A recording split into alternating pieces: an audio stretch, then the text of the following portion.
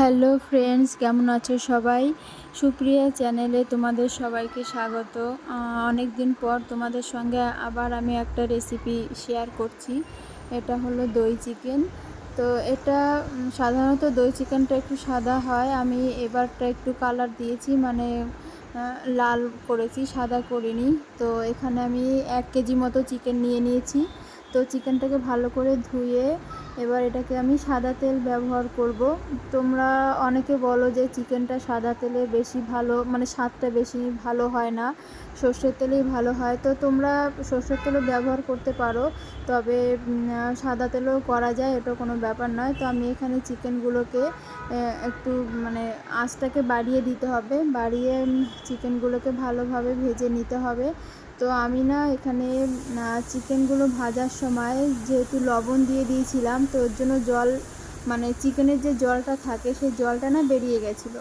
মানে তুমি যদি ভাজার সময় চিকেনে জল দাও তাহলে চিকেনের জলটা না বেরিয়ে যায়। এবারে তোমার লবণ না দিলেও অসুবিধা নেই, কিন্তু আমি দিয়েছি কারণ ভাজার সময় যদি চিকেনে একটু লবণ দিয়ে দিই তাহলে কি হয়, চিকেনের মধ্যে লবণটা ভালোভাবে ঢোকে।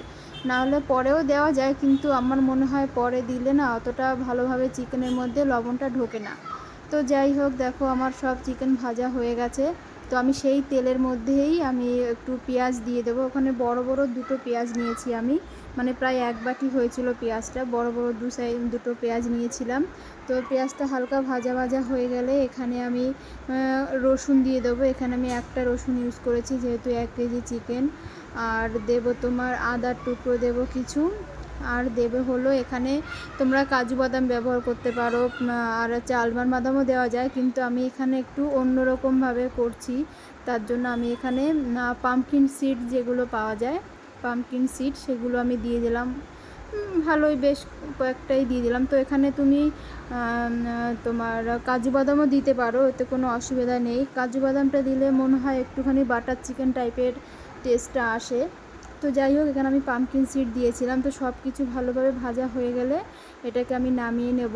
নামিয়ে নিয়ে একটা থালার মধ্যে নামিয়ে নিয়েছি, কারণ এটা ঠান্ডা হতে সময় লাগবে না, তার জন্য ঠান্ডা করে তারপর আমি এটা মিক্সচারে দেবো। এর মধ্যে আমি দিয়ে নিয়েছি ধনের গুঁড়ো, জিরের গুঁড়ো, আর হচ্ছে লঙ্কার গুঁড়ি।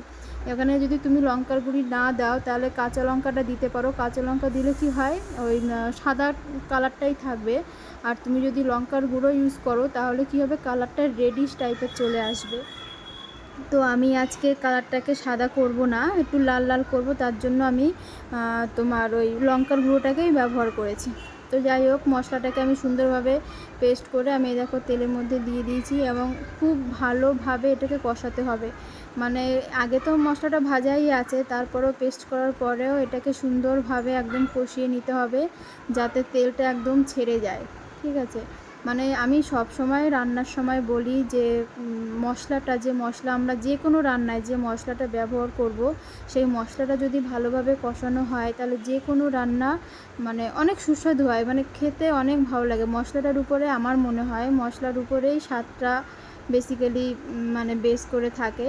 তো যাই হোক, দেখো সুন্দরভাবে এটাকে আমার কষানো হয়ে গেছে। এবার এর মধ্যে আমি দিয়ে দেব 1 বাটি টক দই। মানে যেহেতু 1 কেজি চিকেন, তো এখানে চিকেন তোমার দই চিকেন করছি যেহেতু, তো দইয়ের পরিমাণটা একটুখানি বেশিই হবে। এবার দইটা দেওয়ার পর না অনবরত মানে নাড়তে হবে যাতে দইটা ফেটে না যায়। ঠিক আছে, না হলে তোমরা কি করতে পারো, মিক্সচার মেশিনের মধ্যে বাটিতেও দইটা দিয়ে ওটাকে ভালো করে ব্লেন্ড করে তারপরেও দিতে পারো। তো এখানে দইটা দেওয়া ভালো করে কষানো হয়ে গেলে আমি এখানে স্বাদ মতো লবণ আর একটু চিনি দিয়ে দিয়েছি, কারণ যেহেতু টক দই তো তার জন্য একটু চিনি দিয়ে দিয়েছি। তোমরা এটা তোমাদের অপশনাল, দিতেও পারো নাও দিতে পারো, সেটা তোমাদের ব্যাপার। তো আমি এখানে দিয়েছি কারণ টক দই যেহেতু বেশি টক টক হয়ে যাবে, যার জন্য আমি এখানে তোমার একটু চিনিটা অ্যাড করেছি।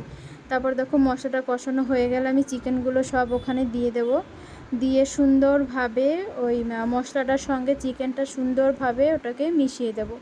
তো দেওয়ার পর ভালোভাবে আমি ওটাকে ঢেকে রেখে দেব 5-10 মিনিটের জন্য। তো দেখো তারপরে 10 মিনিট পরে ফিরে এলাম।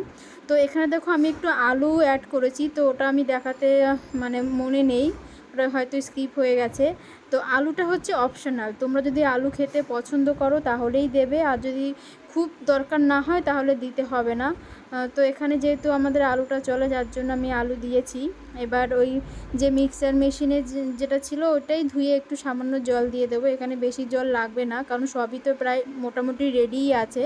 তো হালকা গ্রেভির জন্য আমি ওখানে একটু জল দিয়ে আবার 5-10 মিনিটের জন্য ঢেকে দেবো। তো দেখো ঢাকাটা হয়ে গেল, কত সুন্দর হয়েছে। মানে এটা হচ্ছে তুমি যদি তোমার কাঁচা লঙ্কা দিয়ে করো তাহলে কিন্তু এই যে কালারটা এসেছে এটা সাদা কালার হবে, মানে একদম সাদা সাদা থাকবে। আর যেহেতু আমি সাদা কালারটা করিনি তার জন্য আমি লঙ্কার গুঁড়োটা ইউজ করেছিলাম বলে রেড কালারটা চলে এসেছে।